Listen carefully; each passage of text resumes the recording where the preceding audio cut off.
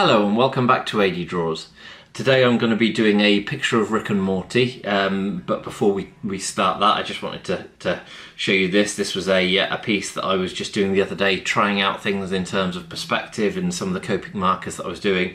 Decided I wanted to do something sort of Japanese. There is no image that kind of started this. I just built it up from various different bits and pieces from that. But what I'm thinking is I might do something like this or a redraw of this image for a future video on perspective, but just wanted to show you that and all of my other videos are and pictures are available on my Instagram page, which is at AD Kitchen, so please do check that out for anything that you've seen in the videos or anything that I've drawn previous to that. So that being said, I will put that aside for now and get straight on with kind of drawing Rick and Morty. So I'm going to have them coming out of a portal.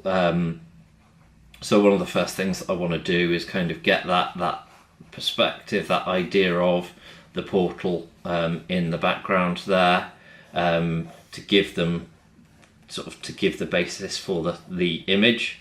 I'm going to just be drawing this, doing a little bit of the image itself here, and then I'll be going into time lapse because it will take quite a while to actually get the picture itself drawn. But yeah, just wanted to kind of give you a bit of an idea of what I'm looking to do.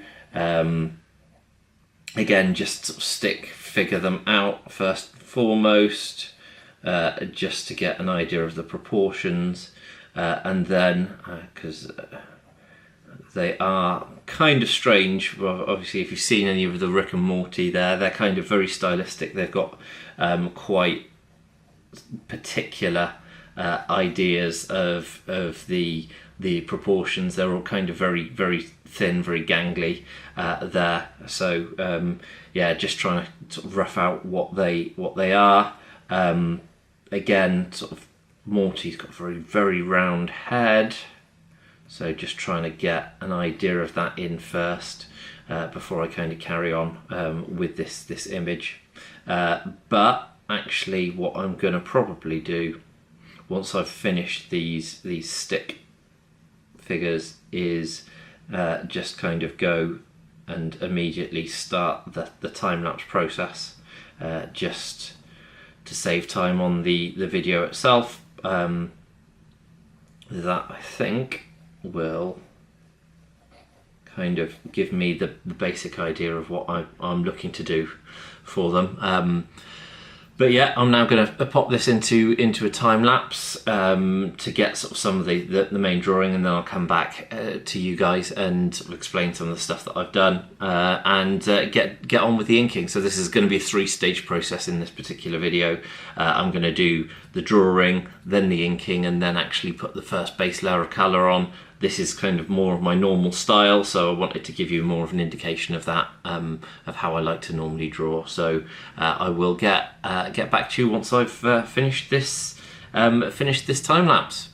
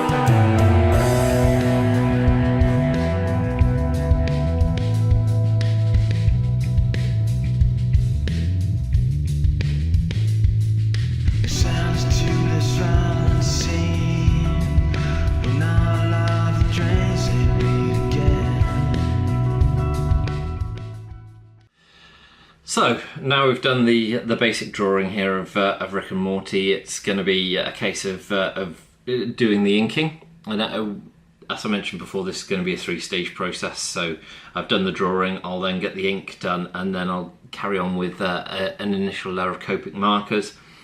That'll be it for this video, and then after this video what I'm going to do is actually colour the rest of it using Prismacolor Premieres. I will take another video to do that because it is a much more lengthy process than using the Copic markers. It takes a lot longer to layer that down.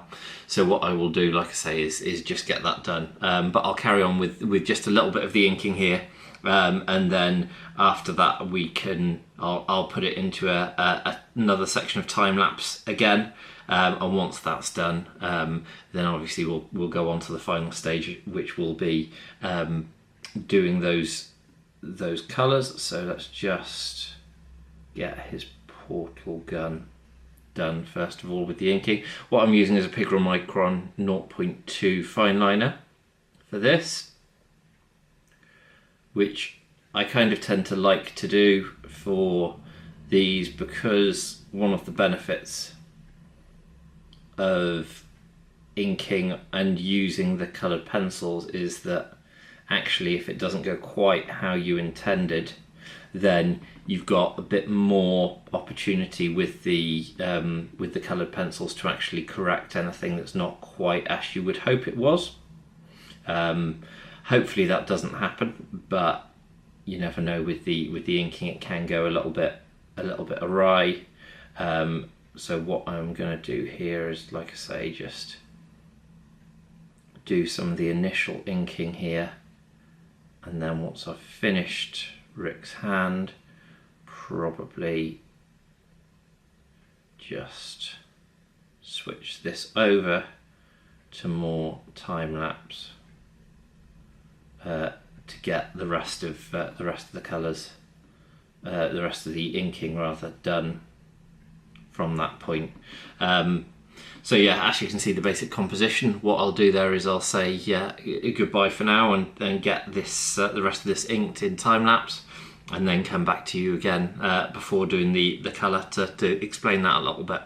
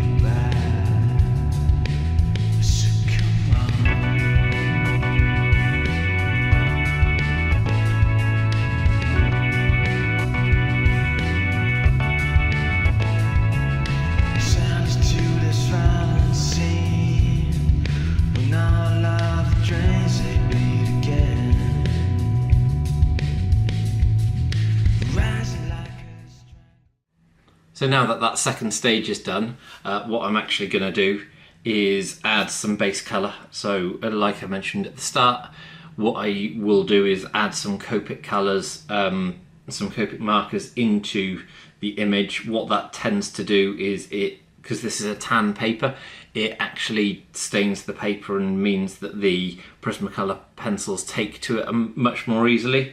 So you get a much more vibrant colour coming through.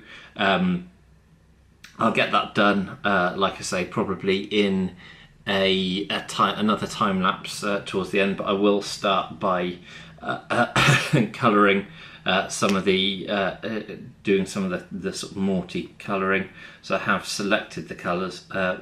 One of the things to note on this paper is, because it isn't specifically marker paper, then you have to almost just go up to, but not over, the edges of the lines, because even though the lines kind of act as a bit of a barrier, what you'll notice is that the ink spreads out just like under his eye and stuff there. It does spread out. One of the other good things about this style is that if you do have any bits that you're not quite happy with, like Morty's hair, the line of his hair there is probably not quite as high as I would like, or not quite right.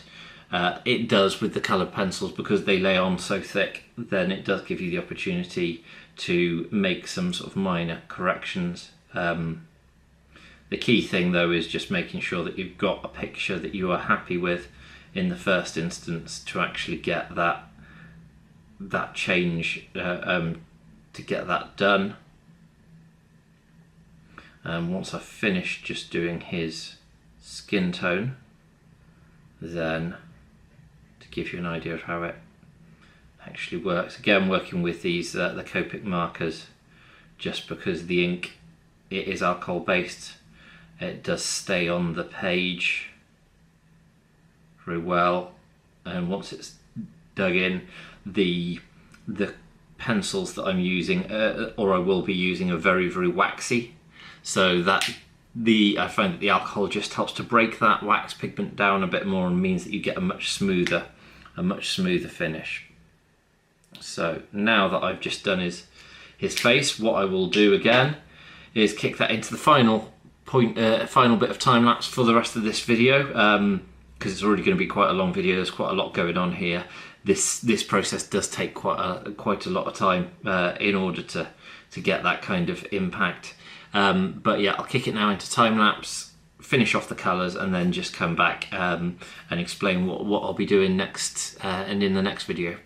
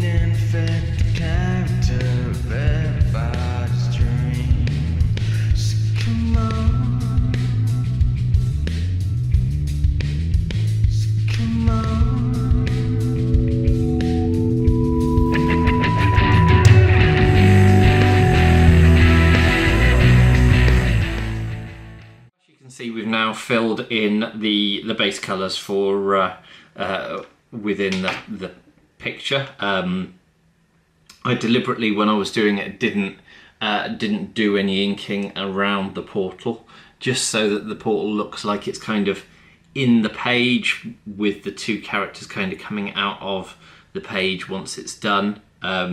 like I say, this is the standard way that I would normally do a picture like this. I just realised I haven't done the little teeny tiny portal in this gun, but this is how I would normally do an image like this, with the just with the colours in there to make sure that the actual pencil, when I use it, does stick to the page and does come out. I'll show you. I'll cut in now some pictures of the pickle Rick that I did to show the different stages, and you'll see the stages that we're up to now, and then what the final image was like, which is hopefully how this will look after the next video. So with that, I would just like to say thank you very much for watching, and look forward to seeing you for the final part of this. The colour at least gives a bit of an idea of what it's actually gonna look like once it's finished, but when you come back and you see the final video, I think you'll all agree that it does really make a massive difference once you've put the coloured pencils on, in terms of the vibrant colour that they can have. There will be a lot of time lapse in that video, just because it does take an awful long time to get all the colours down onto the page. But yeah, with that, I'll leave this here and say thank you all for watching, and see you next time. Cheers.